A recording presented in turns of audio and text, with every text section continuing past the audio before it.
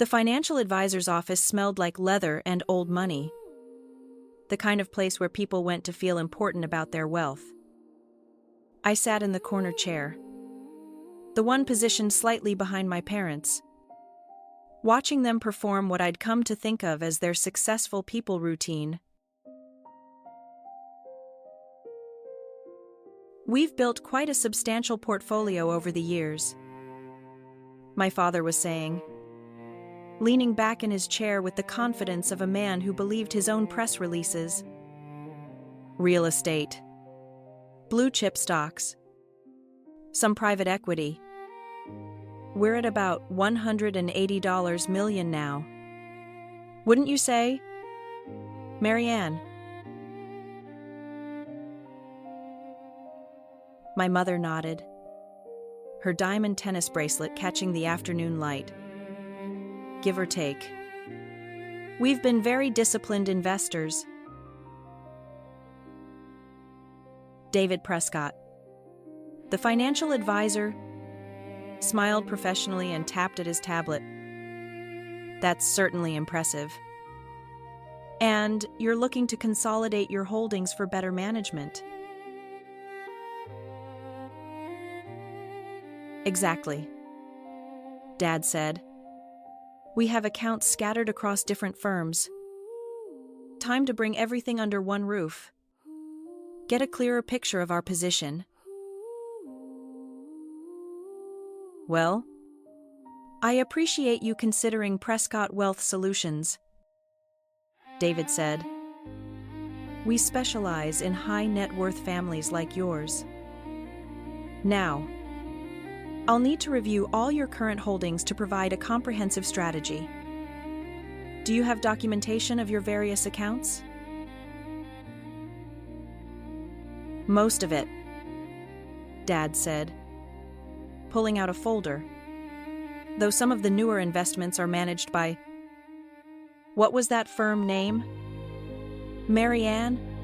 Vance Capital Partners," Mom said. "They handle our more aggressive growth portfolio." I shifted in my chair, saying nothing. Vance Capital Partners. The firm I'd founded 8 years ago under my legal name, Elara Vance Lau. My parents knew me as Clara Lau, their disappointing daughter who couldn't hold down a real job. David glanced at me briefly. The polite acknowledgement you give to someone's unimportant relative.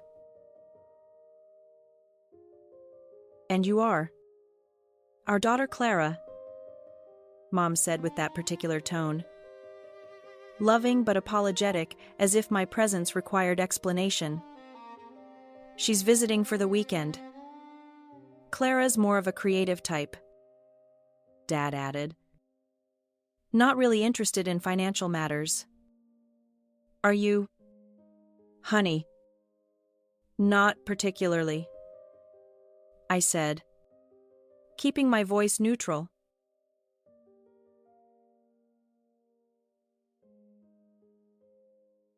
Dad turned back to David. "She can't even manage a budget. Unlike us, we've always been very strategic about money." Mom laughed that tinkling sound she made at country club luncheons. "Remember when she tried to start that photography business? Lost $10,000 in the first year. We finally had to sit her down and explain basic business concepts."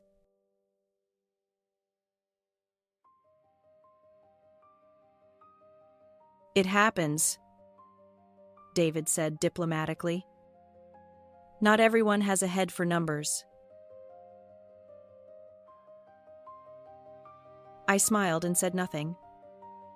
The photography business had been a deliberate failure. An easy cover story for why I was broke while actually building a $340 million investment portfolio. The $10,000 loss was calculated to the dollar, designed to reinforce my family's belief that I was financially incompetent.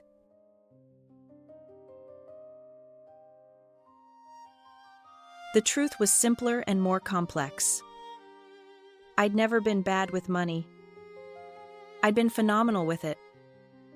But I'd learned early that my family couldn't handle that truth. When I was 22, fresh out of college with a finance degree, I tried to discuss investment strategies with my father at dinner. He'd laughed, patted my hand, and said, "Leave the grown-up money, talk to people who understand it." Sweetheart, my mother had suggested I focus on finding a nice husband instead of worrying about complicated things like stocks.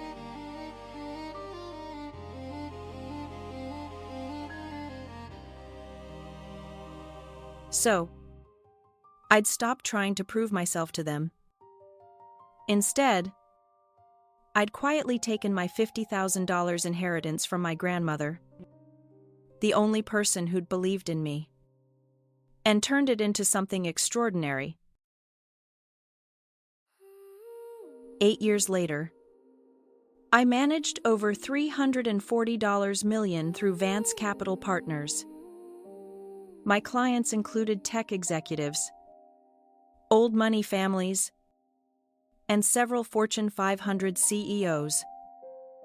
I specialized in aggressive growth strategies, particularly in emerging markets and undervalued tech sectors. My average annual return was 23%, consistently outperforming the market.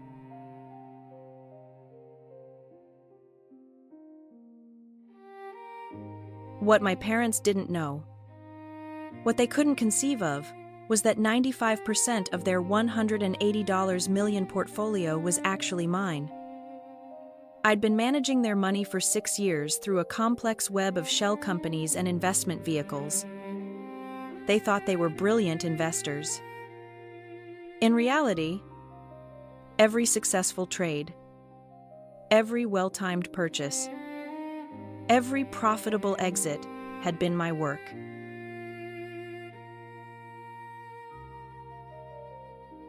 Let's review your current positions, David was saying, pulling up documents on his screen. I see significant holdings in Vance Capital Partners. That's a respected firm. Do you work directly with them? We do, Dad said proudly. They've been incredible. 28% returns, last year alone.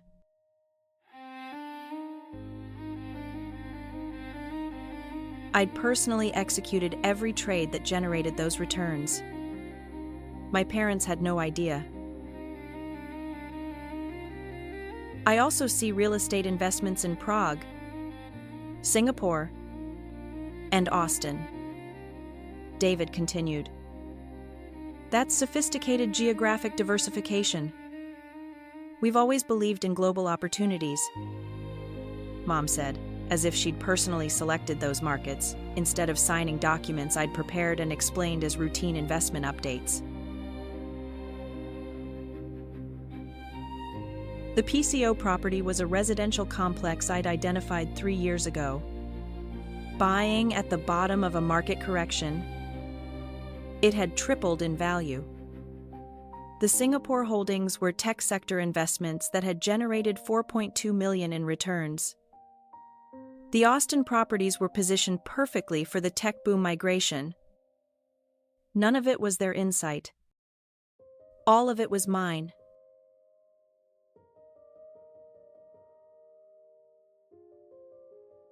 There's also a significant position in Lao Medical Dynamics, David noted. That's an interesting holding. They've been volatile but trending upward. A family investment, Dad said. We wanted to support innovation in healthcare. What he didn't know was that I'd founded Lao Medical Dynamics 4 years ago, using my Chinese surname to maintain separation from the Lao he associated with his surname. The company was developing AI-assisted diagnostic tools and was currently valued at $87 million. My parents held shares worth $12 million, purchased through their investment accounts with money I generated from their other holdings. They owned a piece of my company, and had no idea I was the co.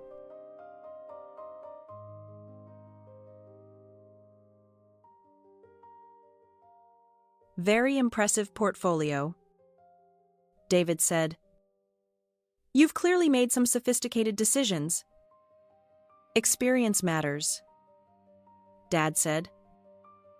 We've been investing for 30 years. Actually, they'd been losing money for 30 years until I took over their account 6 years ago. Before I'd quietly assumed control, they'd been hemorrhaging cash on poor stock picks and emotional investment decisions. My father loved hot tips from golf buddies. My mother invested based on which companies had stores she liked. When I'd first gained access to their accounts, they'd asked me to help organize their paperwork after a particularly bad quarter. I'd been horrified. They were 3 years away from retirement, with $800,000 in losses from the previous 5 years. At their current trajectory, they'd have been financially unstable within a decade.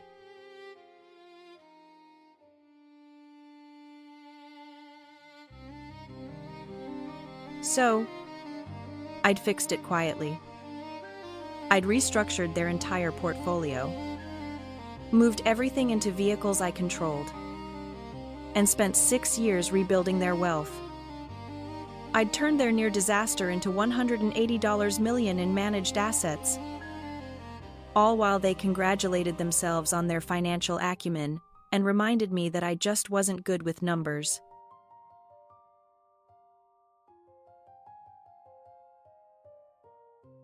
Now, Clara, David said, turning to me with the kind smile adults give to children at grown-up events. Do you have any retirement savings we should factor in? Perhaps even small amounts matter. Nothing significant, I said. See, Dad laughed. That's what happens when you don't prioritize financial planning. Clara here thinks she can just wing it through life. We keep telling her to start saving. But he shrugged as if my financial incompetence was a lovable quirk.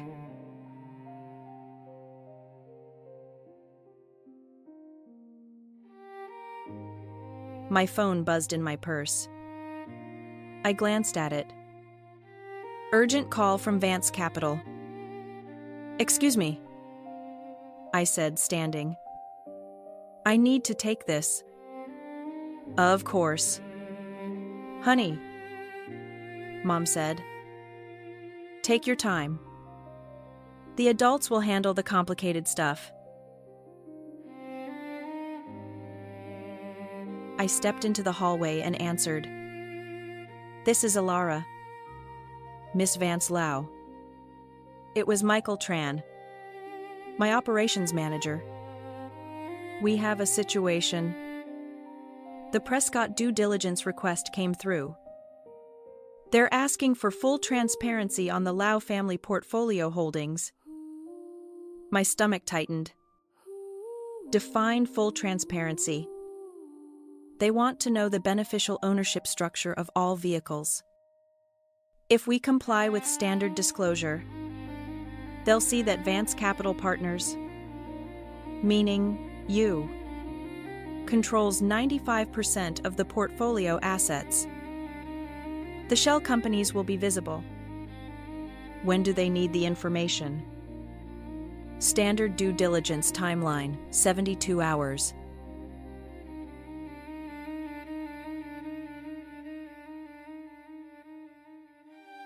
I leaned against the wall, thinking rapidly.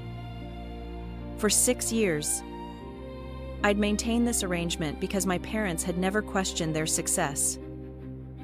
They'd simply assumed they were brilliant investors. Moving to Prescott Wealth Solutions meant external scrutiny, professional analysis, and inevitable discovery. What are my options? I asked. You could transfer everything back to their direct control before disclosure. But that would trigger massive tax events and likely alert them that something changed. You could refuse to provide the information, but Prescott would walk away and they'd wonder why. Or you could let them find out.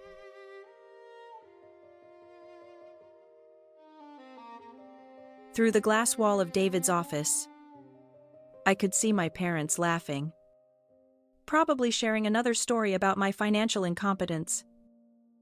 Dad was gesturing animatedly, Mom nodding along. They looked so happy, so confident in their narrative. Michael, I need to think about this. Give me until tomorrow morning. Understood. But Alara, they're going to find out eventually. Prescott's good at his job. Even if you stall this time, any competent financial advisor will spot the ownership structure within weeks.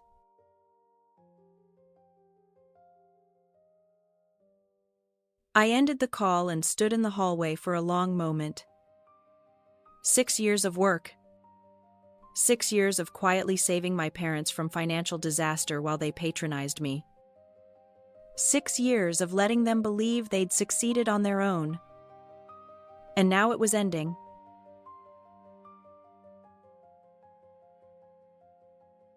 I walked back into the office. David was showing my parents a presentation about Prescott Wealth Solutions Services. Historical returns. Client testimonials. Fee structures. Everything okay? Mom asked when I sat down. Fine, I said. Work stuff. Oh. You have a job right now? Dad asked. Surprised. That's good. What is it? Consulting, I said vaguely. The cover story I'd used for years. Well, that's something, he said, turning back to David. So, what's the next step in consolidating our accounts?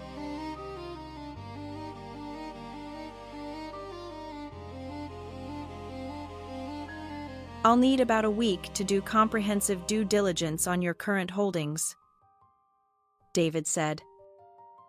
Standard procedure for portfolios of this size. I'll review the ownership structures, fee arrangements, performance history, everything needed to provide you with optimal advice. That sounds thorough, Mom said approvingly. I pride myself on thoroughness, David replied.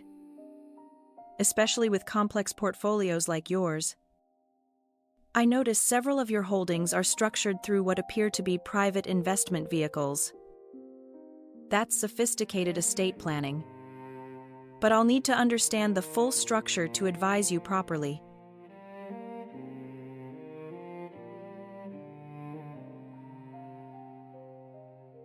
Dad waved his hand dismissively. Our advisors at Vance Capital set all that up.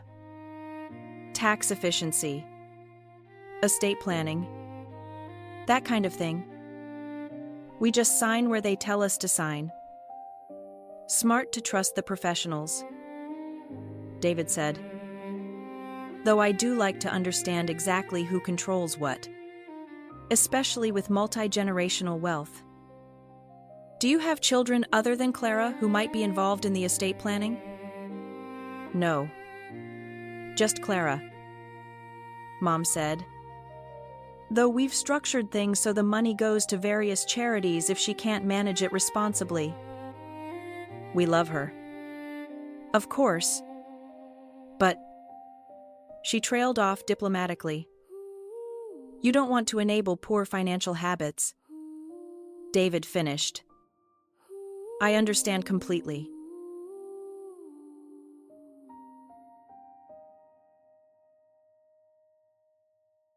They were talking about disinheriting me while sitting on $180 million I generated because they thought I couldn't handle money. I felt something shift in my chest. Not anger exactly. More like clarity. Actually, I said quietly, there's something you should know about the portfolio structure. 3 pairs of eyes turned to me. My parents indulgent. David's politely curious. The ownership structure is somewhat unique. I continued. Most of the holdings aren't actually in your names directly. Well, no. Dad said patiently as if explaining to a child. That's how sophisticated investing works. Honey. Trusts. LLCs. Investment vehicles. It's for tax purposes. Nothing for you to worry about. I'm not worried, I said. I'm just clarifying. The beneficial ownership of approximately 95% of your portfolio assets is actually held by Vance Capital Partners.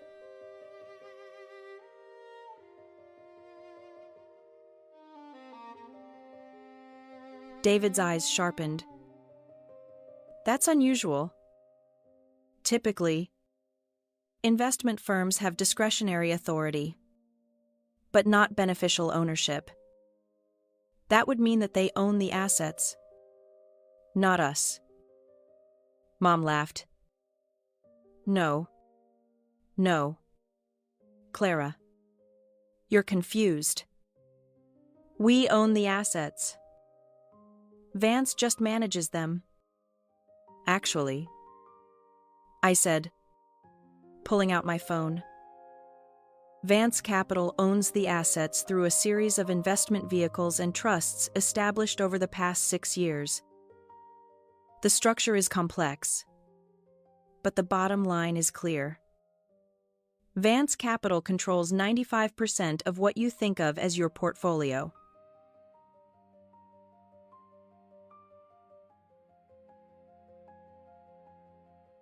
Dad's smile was fading. That can't be right. We have statements. Account documentation. You have statements showing returns on investments managed by Vance Capital Partners. I agreed. But if you look at the fine print, which I'm guessing you never did, you'll see that the actual ownership structure is more complicated.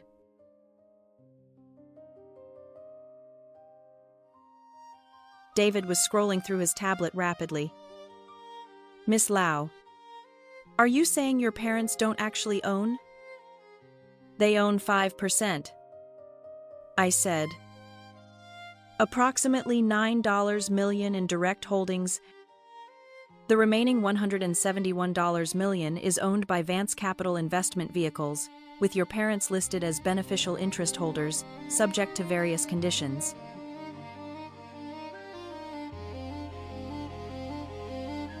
The room went very quiet.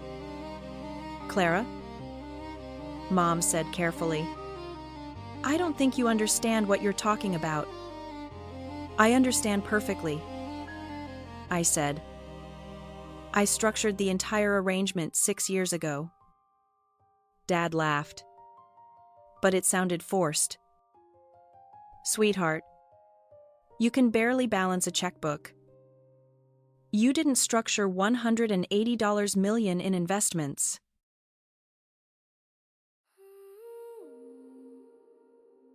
I unlocked my phone and pulled up my email, turning it so they could see the screen. This is my work email.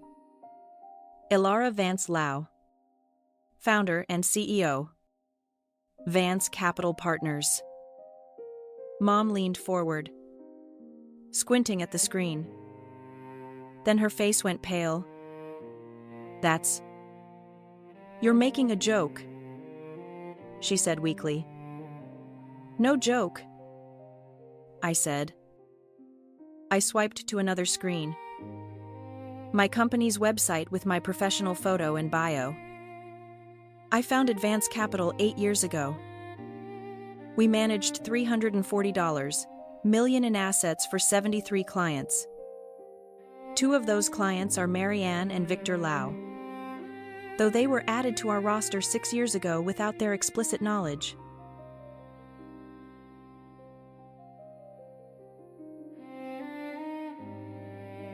David was staring at his tablet, his professional composure cracking. Holy. You're Ilara Vance Lau. You gave the keynote at the Institutional Investor Conference last year. Your aggressive growth strategy paper was revolutionary. Thank you, I said. Dad's face had gone from confused to red. This is insane. You're saying you've been managing our money. That's not possible. We make the investment decisions. Do you? I asked calmly. Tell me about the Prague real estate acquisition. Why did you choose that market? He opened his mouth, then closed it. Vance recommended it. Which property specifically did you buy? Silence. What about the Singapore tech investments? Which companies? What was your thesis? More silence. The Austin properties. The Lau Medical Dynamics position. The emerging markets bond portfolio.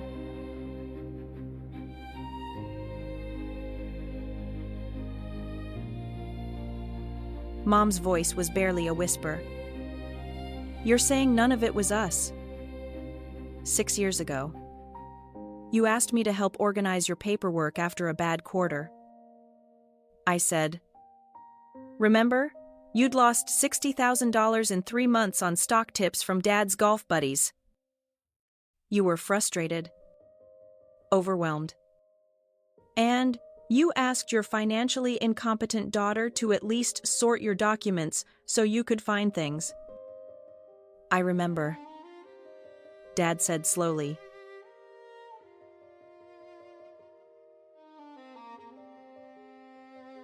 I sorted your documents and I saw everything.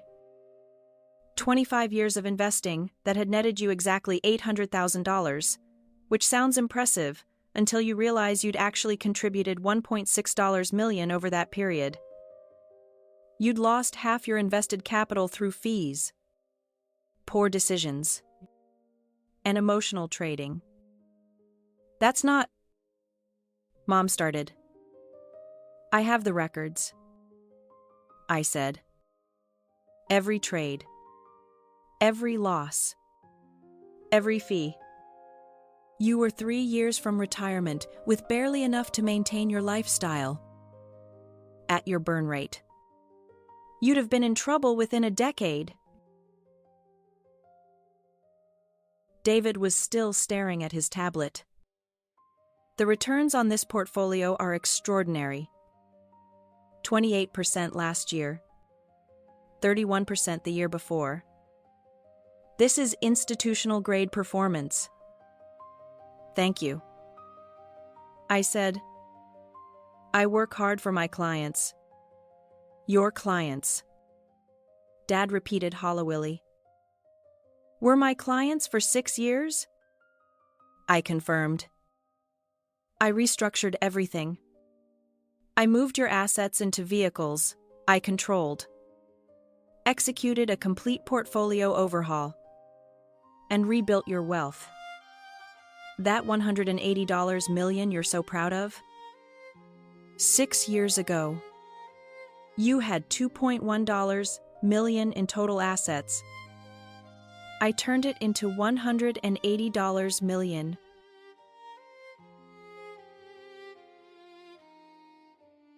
The silence stretched out, broken only by the hum of the office air conditioning. Finally, Mom spoke, her voice shaking. Why would you do that? If you're so financially brilliant, why help us at all? Why not just let us fail? Because you're my parents, I said simply. And despite everything, despite years of being told I'm bad with money, Despite being patronized and dismissed and treated like a financial idiot, I didn't want you to lose everything. So I fixed it quietly. But you let us think we did it. Dad said. You let us take credit. Would you have accepted help from me? I asked. If I told you 6 years ago that I wanted to manage your portfolio, would you have agreed? Would you have trusted your creative-type daughter who couldn't even manage a budget?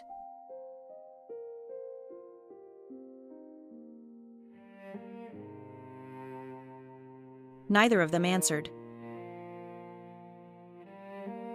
I did what I had to do to help you, I said. I built wealth you couldn't have generated on your own, protected you from your own worst investment instincts, and turned a modest retirement into genuine financial security. And I did it all, while you reminded me constantly how bad I was with money. David cleared his throat. I'm not sure where this leaves us regarding the wealth management transition.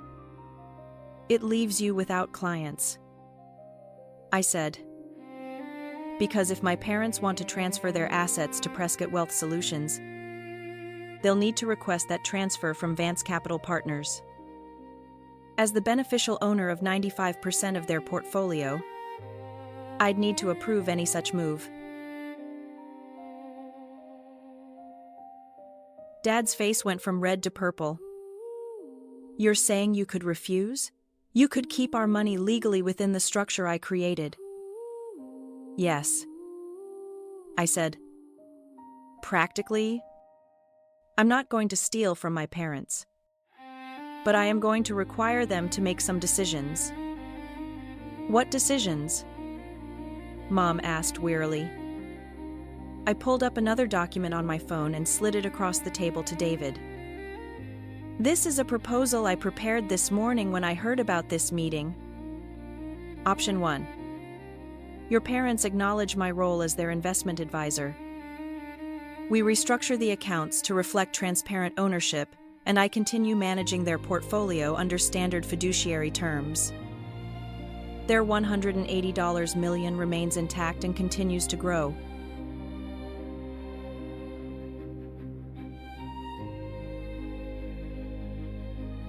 And option 2? David asked, scrolling through the document. Option 2. I liquidate all positions held in Vance Capital Vehicles on behalf of Victor and Marianne Lau. I realize all capital gains and transfer the after-tax proceeds approximately $112 million after federal and state taxes directly to their control. They're free to invest with Prescott or anyone else they choose.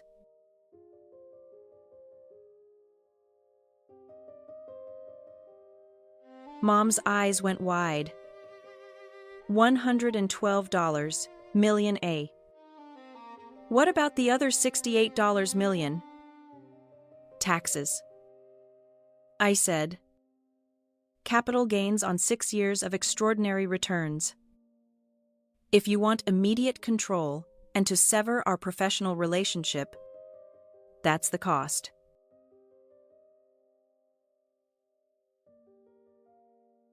Dad was doing math in his head, his face getting progressively angrier. You're saying we'd lose $68 million just to get away from you? You'd lose $68 million in taxes to regain direct control of your assets and work with a different advisor, I corrected. Or you could acknowledge that your financially incompetent daughter is actually one of the top wealth managers in the country and continue benefiting from my work.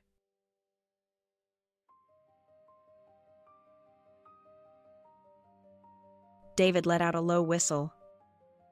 Miss Vance Lau, I've never seen anything quite like this.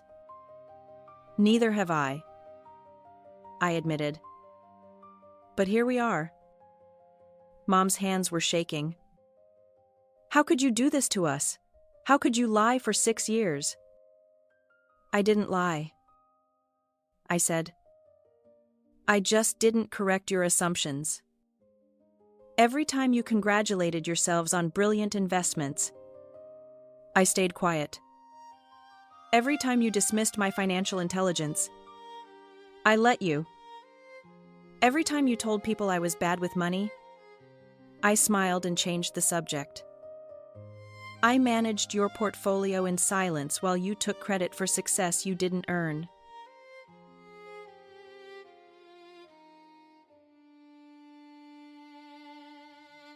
But we trusted Vance Capital. Dad said. We thought. You thought you were working with strangers who respected your financial acumen. I finished.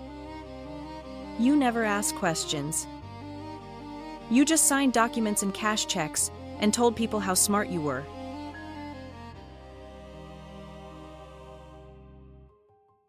This has to be illegal, Dad said desperately. There must be laws against this kind of deception. David shook his head. Actually, from what I'm reading in this documentation, it's entirely legal. Vance Capital Partners is a properly licensed investment firm. Miss Vance has all required certifications. The ownership structure is complex but legitimate. And there's documentation here showing that you both signed agreements authorizing Vance Capital to make investment decisions on your behalf. We signed those papers 6 years ago. Mom protested. Under advice from our financial advisor. Dad added. Your financial advisor being Clara. David said quietly. Who is Alara Vance Lau?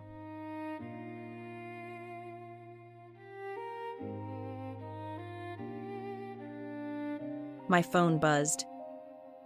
Michael again. Prescott's office just requested full ownership disclosure. They're moving faster than normal. Your call. I looked at my parents at their shocked faces. Their anger. Their confusion.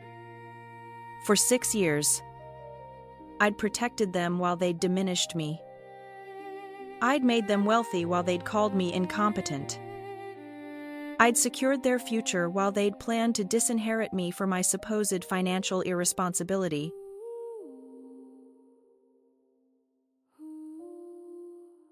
I need to make a phone call, I said, standing. Take some time to discuss your options. David can explain the legal and financial implications of both scenarios. I'll be back in 10 minutes. I walked into the hallway and called Michael. If this story is resonating with you, I'd be so grateful if you'd subscribe to the channel and share this video. It really helps me grow and create more content like this. They found out. I said. I gathered. What do you want to do? Prepare Option 2 documentation. Full liquidation of the Lau portfolio minus the 5% they own directly. Structure it to minimize tax impact where possible. But prepare for a full exit. Are you sure? That's a lot of capital gains. I'm sure. They wanted to consolidate with Prescott. Let them. But they'll do it with the assets I can legally transfer. Not the structure I built. This is going to cost them nearly $70 million. It's going to cost them exactly what their pride is worth. I said. Send me the final documentation within the hour.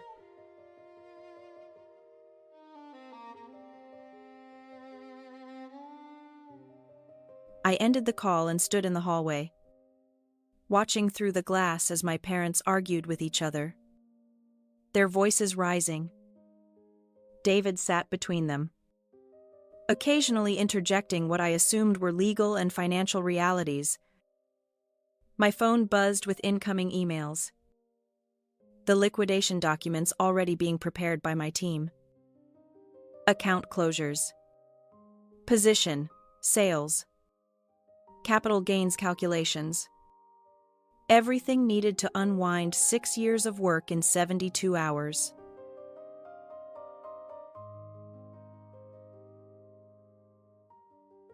When I walked back into the office, my parents looked up at me like I was a stranger.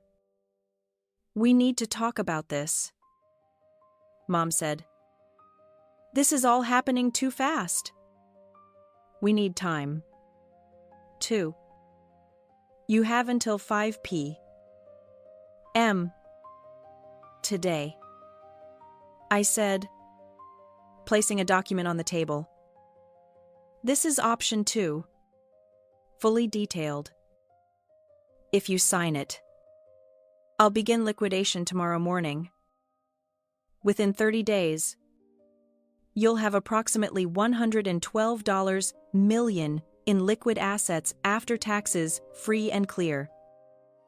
You can invest it however you want with whoever you want."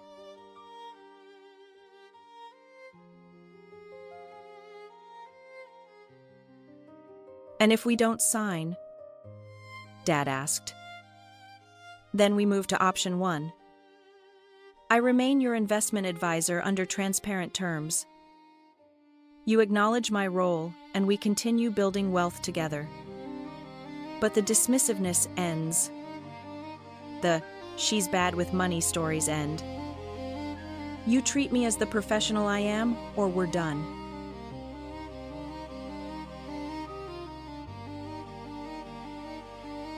David cleared his throat. "Mr. and Mrs. Lau. I should note that Miss Vance's offer is remarkably generous. She could legally make this transition much more difficult.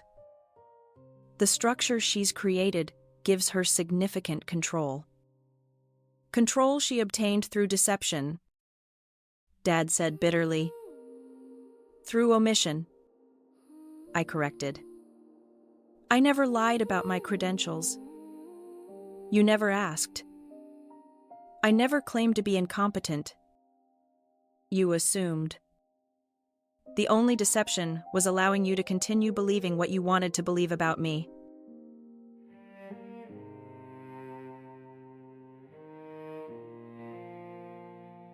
Mom's eyes filled with tears. "How are we supposed to trust you now?" "Trust me."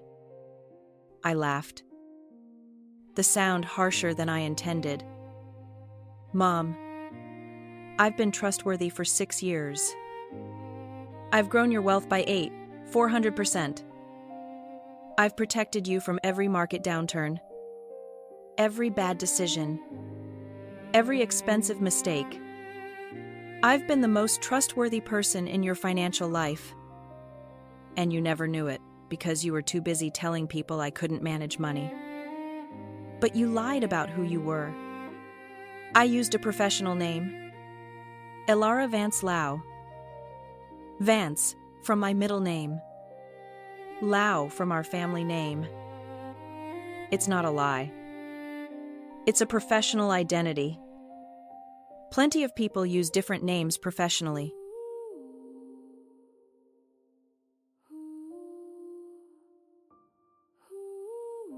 David was reading through the liquidation documents. "Mr. and Mrs.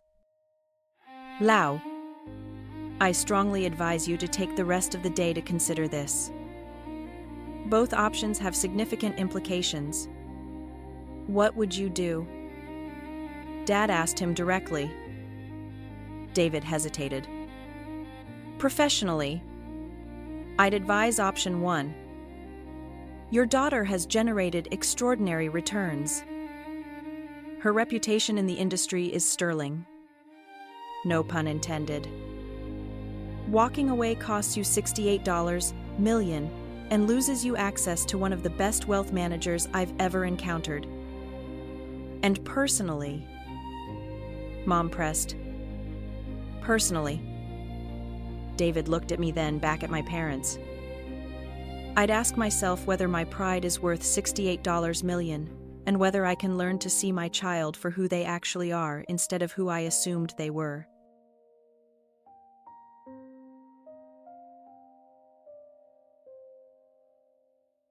The office fell silent again. 5 p.m. I repeated, "Let me know your decision."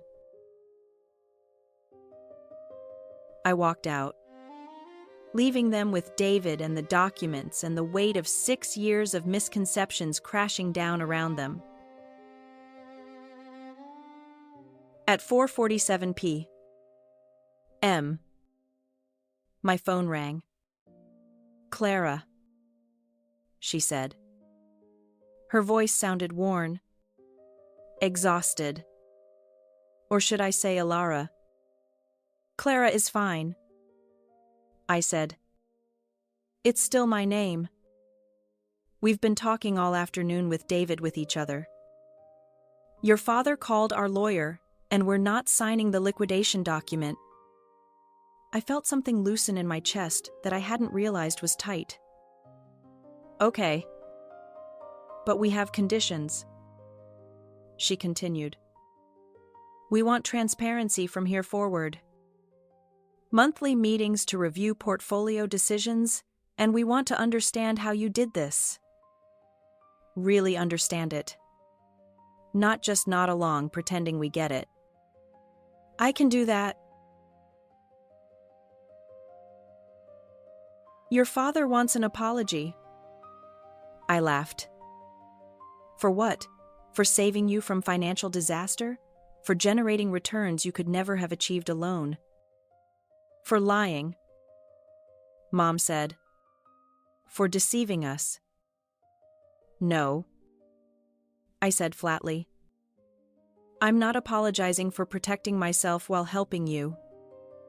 If Dad wants an apology, he should probably start with all the times he dismissed my intelligence, patronized my capabilities, and told people I was bad with money.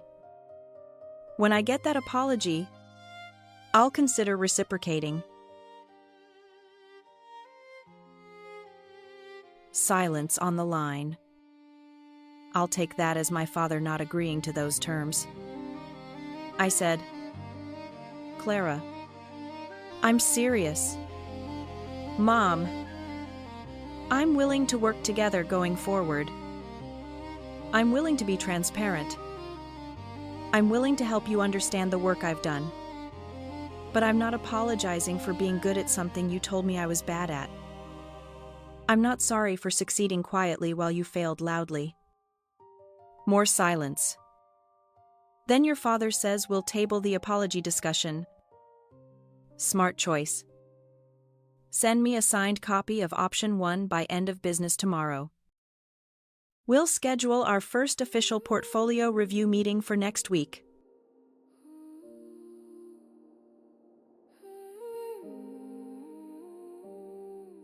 "Clara, one more thing." "Yes." "David said something that's been bothering me. He said you gave a keynote speech at some conference last year about investment strategies. The Institutional Investor Conference." I confirmed. My speech was on aggressive growth in emerging markets. Were we there? Did we know? I closed my eyes, remembering. "You were there. Dad dragged you to it because one of his golf buddies had a booth. You sat in the back during my keynote. Afterwards at lunch, you asked me what I thought of that woman's speech. I told you I thought she made some interesting points. You said she seemed awfully confident for someone so young." Mom's breath caught. "That was you. That was you on stage. That was me on stage, talking about portfolio theory to 1,200 investment professionals, while my parents sat in the back and didn't recognize their own daughter because she was wearing professional clothes and speaking with authority." "Oh, Clara, it's fine," I said, and I meant it. You saw what you expected to see. You always have.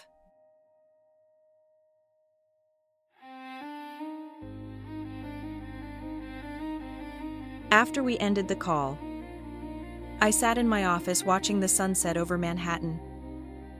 My phone buzzed with the signed documents. Option 1 accepted. My parents choosing to continue working with me, even if they didn't fully understand what that meant yet.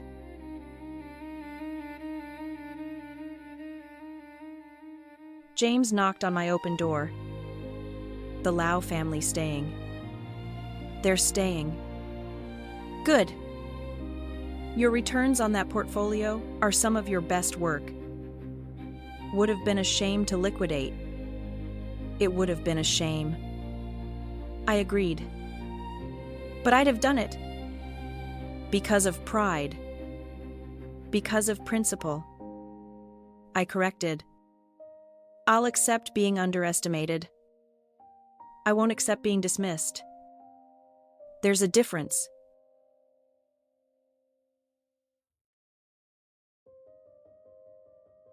He nodded and left me alone with the Manhattan skyline in my thoughts. Tomorrow, I'd call my parents.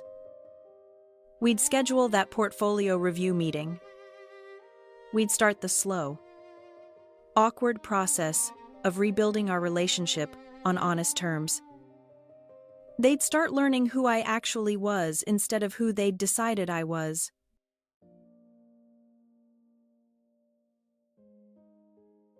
But tonight, I allowed myself a moment of satisfaction. 6 years of quiet competence had finally been seen. The daughter they'd called financially incompetent had been revealed as the architect of their entire financial success. Sometimes the best revenge isn't dramatic revelation or immediate consequences.